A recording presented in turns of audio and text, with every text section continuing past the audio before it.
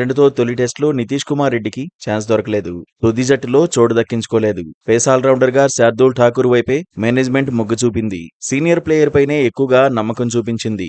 నిజానికి Nitish Kumar Reddy batting allrounder, Shardul Thakur bowling allrounder. Leeds టెస్టులో భారత జట్టు ఎక్కువ బౌలింగ్ ఆప్షన్స్ పై దృష్టి పెట్టింది. అందుకే నితీష్ రెడ్డిని కాకుండా శార్దూల్ ఠాకూర్ కు ప్రయారిటీ ఇచ్చిందనే చర్చ ఉంది. అభిమానుల అంచనాలకు తగినట్టే బౌలింగ్ విభాగం ఉంది. బౌలింగ్ విభాగాన్ని బుమ్రా లీడ్ చేయబోతున్నాడు. రెండో సీమర్గా జట్టులోకి సిరాజ్ వచ్చాడు.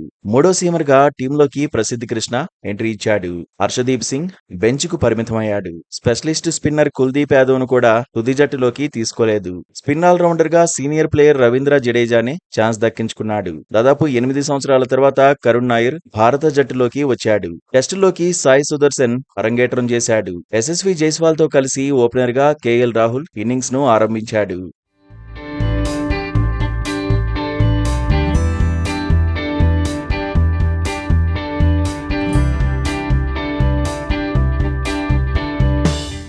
మరోవైపు బోర్డర్ గవాస్కర్ ట్రోఫీలో రాణించిన నితీష్ ను సైడ్ చేయడంపై అభిమానులు డిసప్పాయింట్ అవుతున్నారు. ఆసీస్ టూర్లోనే అరంగేట్రం చేసిన యువ ప్లేయర్ ఆల్రౌండర్ గా మంచి మార్కులే సాధించాడు.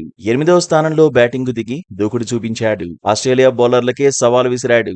దూకుడైన ఆట తీరుతో మెప్పించాడు. అవసరమైనప్పుడు బంతితోనూ ఆకట్టుకున్నాడు. వికెట్లు తీయడంలోనూ ప్రత్యేకతను చాటుకున్నాడు. అరంగేట్ర సీజన్ లోనే టాలెంట్ చూపించి జట్టులో సెటిల్ అయ్యేందుకు పునాదులు వేసుకున్నాడు. కానీ ఆ తర్వాత ఫిట్నెస్ సమస్యలు ఎదుర్కొన్నాడు. ఇంగ్లండ్తో సిరీస్ కు దూరంగా ఉన్నాడు. ఐపీఎల్లో బరిలో దిగినా పెద్దగా ఇంపాక్ట్ చూపించలేదు.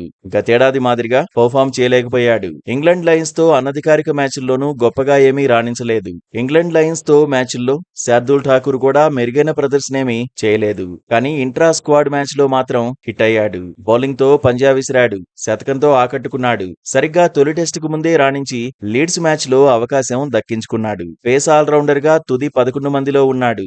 నితీష్ కుమార్ రెడ్డిని బెంచ్ కే పరిమితం చేశారు.